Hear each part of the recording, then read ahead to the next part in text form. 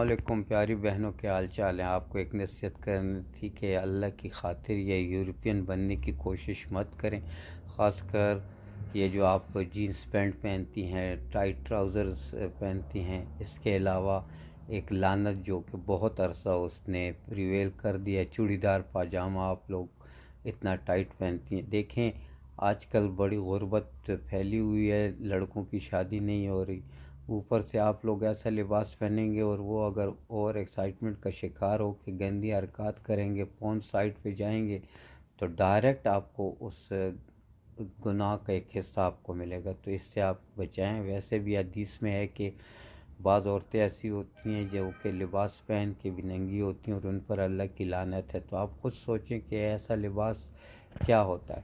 کوئی ٹرانسپیرنٹ لباس تو پہنتا نہیں، لیکن یہی چست لباس اس سے مراد ہے۔ اللہ رب العزت قرآن شریف میں ہماری ماؤں کو جو کہ ام المومنین ہے، یعنی حضور پاک صلی اللہ علیہ وسلم کی زوجہ مبارکہ ہیں، ان کو فرماتے ہیں، نصیحت کرتے ہیں کہ تم گھر میں بیٹھی رہو اور زمانہ جاہلیت کی طرح بناؤ، سنگار دکھاتی نہ پھرو۔ مطلب یہ نہیں ہے کہ بیٹھنے سے کہ آپ جاب مت کریں، وہ نہ کریں، مثلا مختلف پارٹیوں میں مت جائیں، یہ جو ڈسکوز ہیں، کانسرٹس ہیں، اس میں مت جایا کرو۔ یعنی آج کے دور میں اس سے یہ مراد ہے، گھر میں بیٹھنے کے اس کا یہ مطلب نکلتا ہے۔ اب آپ یہ طنز نہ شروع کریں ہم گھر میں بیٹھے تو نہ جاب کریں نہ تعلیم، نہیں، فضول حرکات سے، فضول ونڈو شاپنگ سے، فضول ادھر ادھر پھرنے سے۔